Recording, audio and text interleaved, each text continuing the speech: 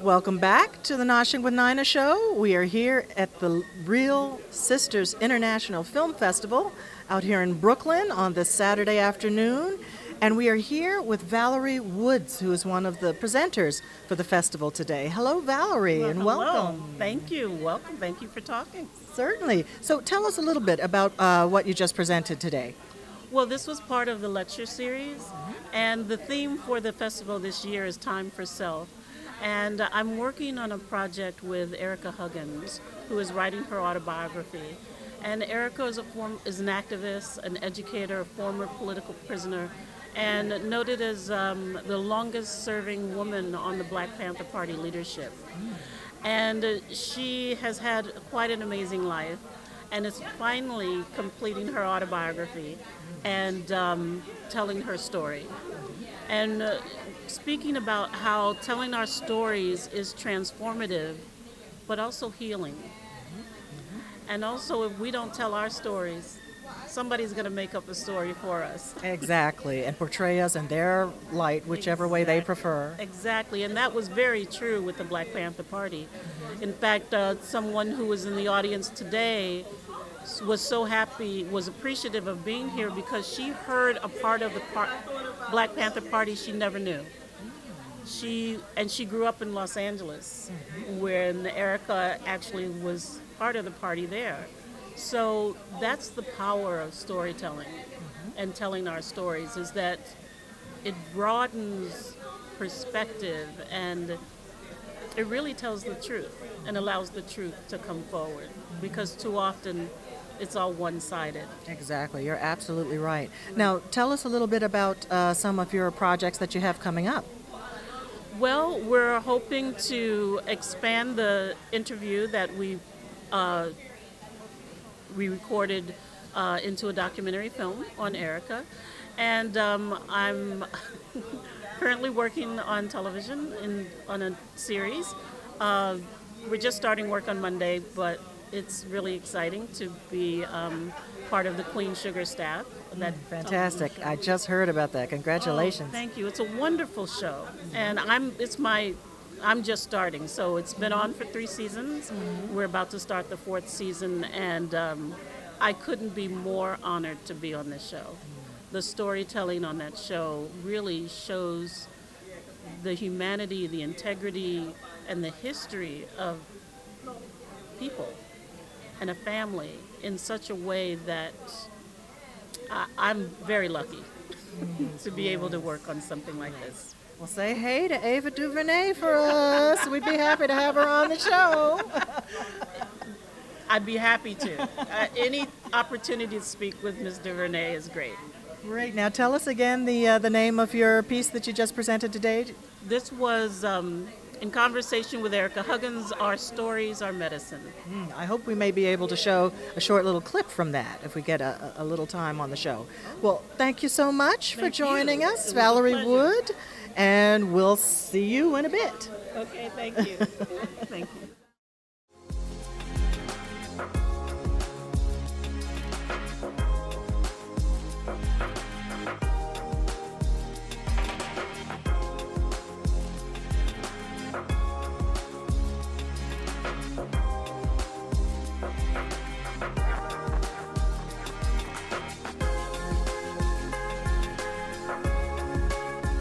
Good afternoon, real sisters of the diaspora. I hope you're doing well. I hope you're enjoying your time together. And particularly, I hope that you are taking care of yourselves. Thanks so much for letting me be here with you. So Ericka, thank you for being with us, and we're happy that you're here. And we're talking about our stories and how stories are healing, and how important it is to tell our stories, to voice our stories. And you are in the process of writing your autobiography. Yes, I am. And how is that going? Slowly. It's going wonderfully, though, because when we write our stories, the process is healing, and it doesn't work for me to do it quickly.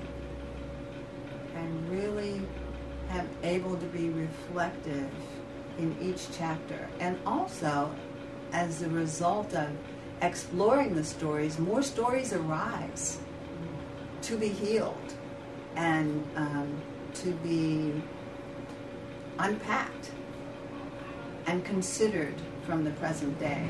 So it's quite a process. And I knew it would be. However,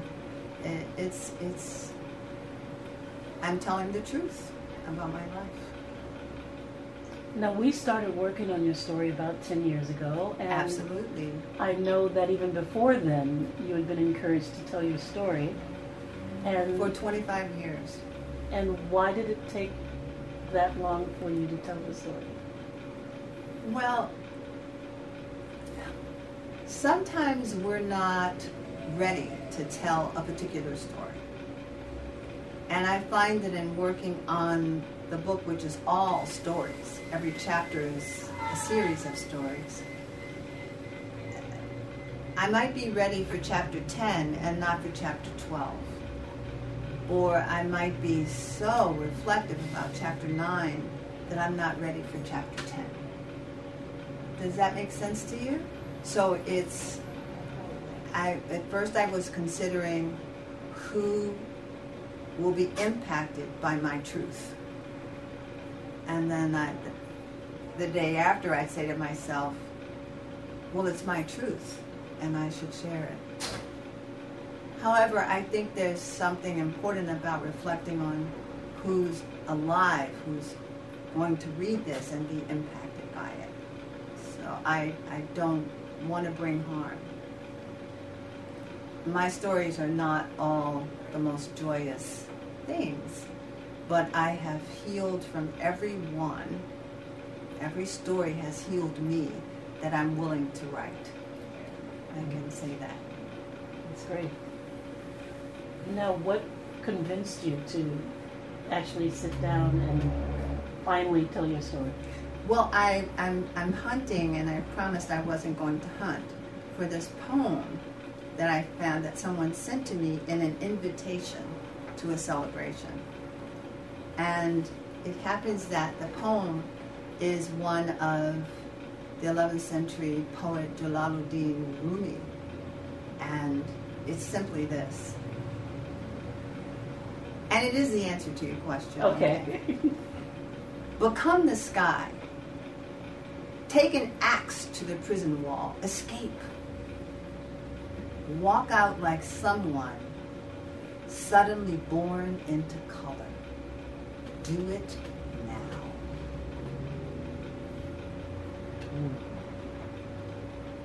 I read this and I'm just so amazed by it. It's the way that it's written. Rumi could have lived yesterday. What's he telling us to do now?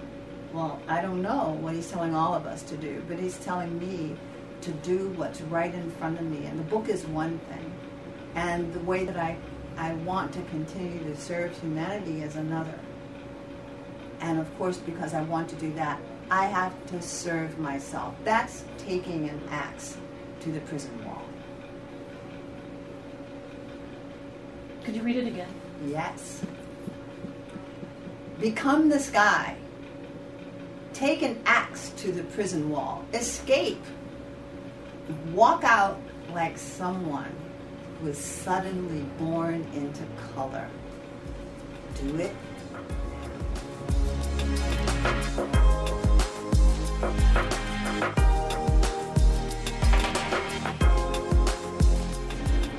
I knew I was called to do something.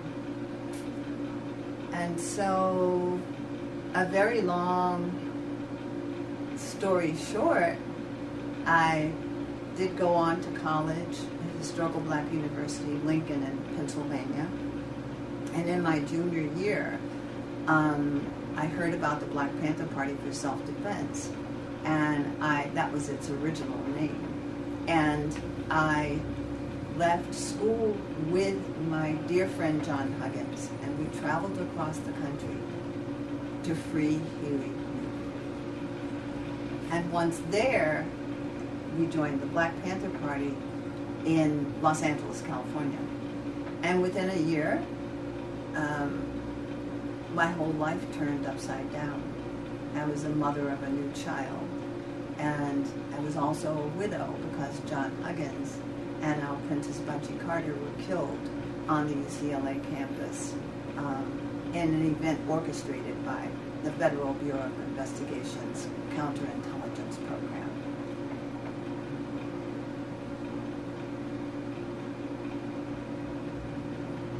For me, that wasn't a political act, what happened to them and what has happened to people since then when they're killed violently for no reason, other than the way that they speak or the way that they look or the way that they love or the beliefs that they have or the way that they worship. That's not political. That is going against humanity. And so suffice it to say that for many, many years my heart was so broken. But the mending of my heart and the healing of the wounds that had accumulated before John was killed and heightened when he was killed was mitigated by something that I did 2.5 months after my daughter was born. She was 3 weeks old when John Huggins was killed, her father. And she was 3 months old almost when I was incarcerated. Once again, at a setup with the government.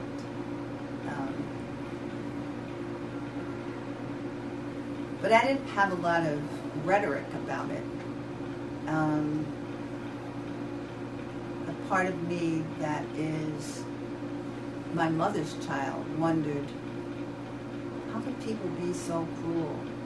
How can people be so mean? So I sat in a prison cell because I was in isolation and later in solitary confinement, but I spent a good time in isolation from all the other women because my words were considered contraband. So, which at some point made me laugh.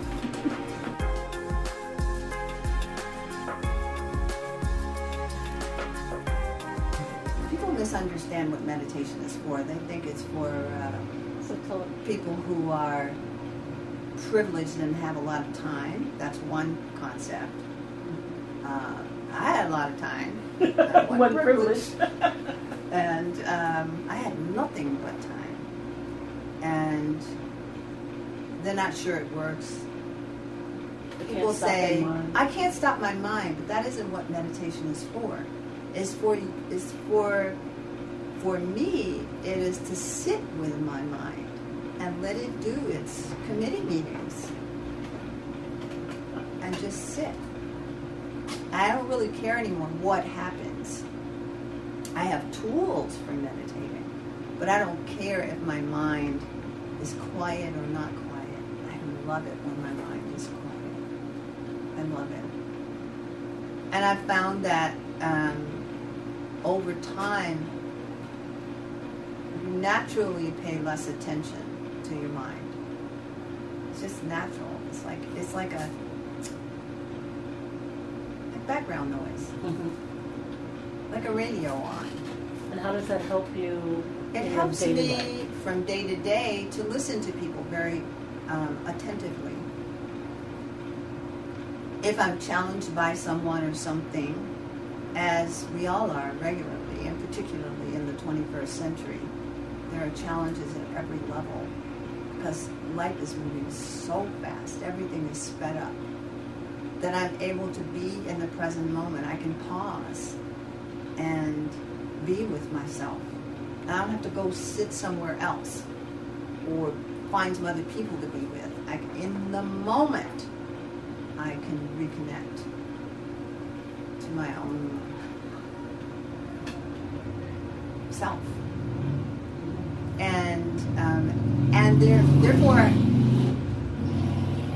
I'm more resilient. I have greater bounce back ability, as they say. so things don't linger with me like they used to. Like that unbearable sadness I had when I first was incarcerated, having lost John and separated from my daughter, and a new mother at that. I didn't think I would ever be able to bounce back. I really didn't. And I attribute it to meditation. Now, do you...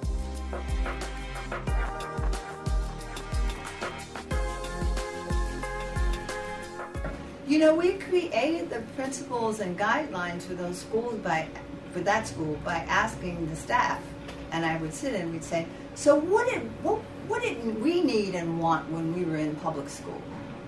What was it that was missing? And good food. Well, wait, discernible food. How about that? So we served 3 meals a day. Mm-hmm. Cooked by really lovely people, right then and there.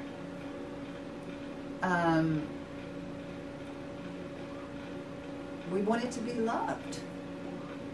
We wanted to be appreciated as little black and brown children, because our staff was primarily black and brown. And we wanted to be allowed to blossom in whatever direction that took.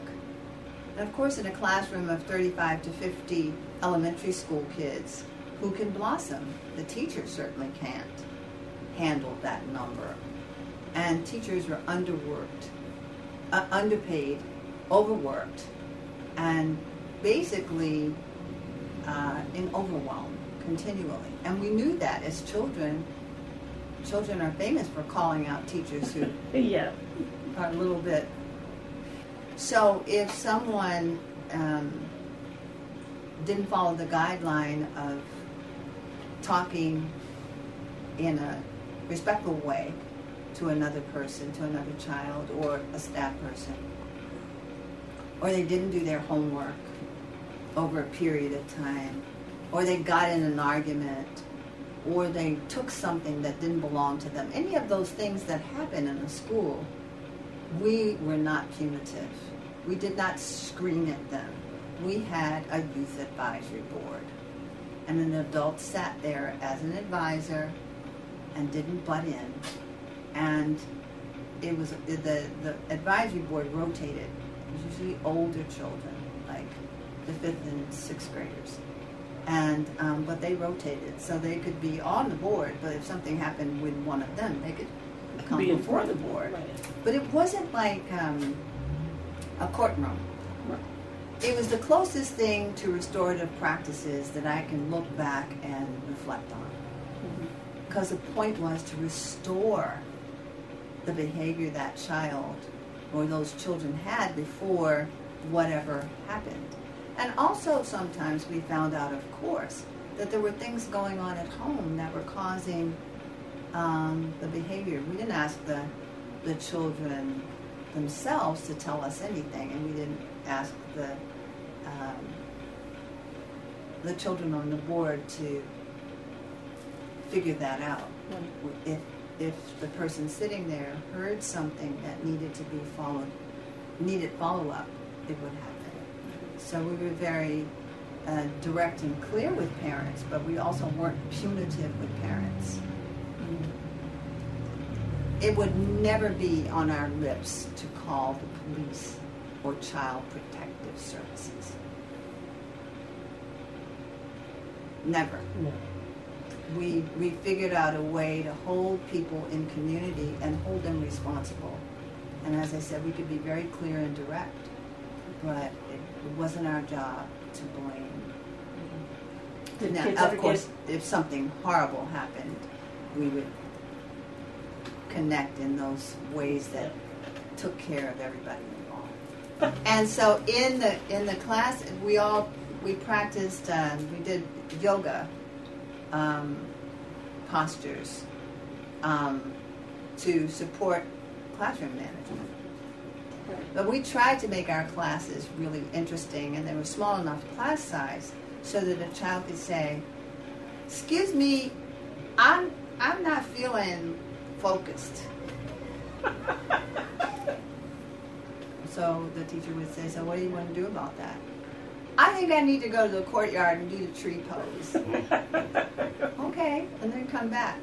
So if we set it up among our staff that if a child wasn't able to stay present in the classroom, that a yoga posture would be the way that they could bring themselves. It was empowering. Every human being has what we now call agency. We wear that little word into the ground, don't we? Yeah. But it's true, though. This inner power.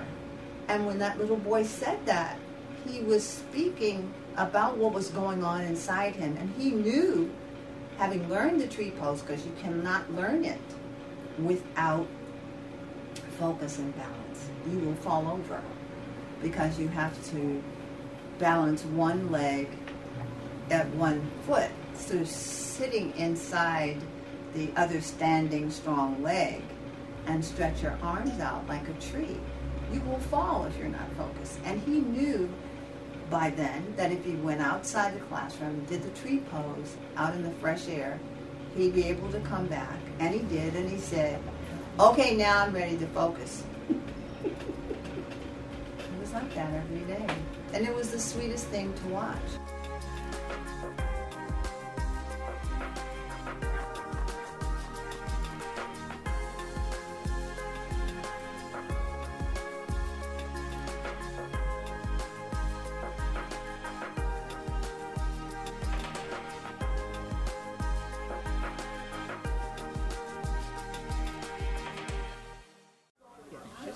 Yeah, you know, the other thing that's really exciting that I'm doing right now is that I was invited to be on the faculty at Stephens College in their low residency MFA program in TV and Screenwriting.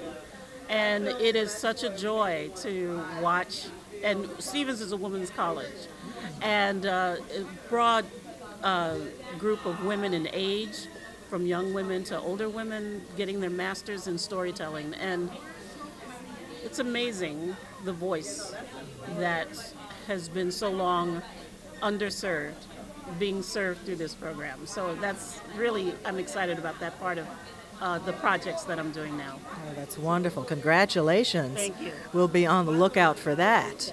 So we'll put your information at the bottom of the screen so people can know where to look for information about that. Okay, will do. Thank you. Great. Thank you. Okay. If you would like to see more clips from the Noshing with Nina show, make sure to subscribe and click on the notification bell.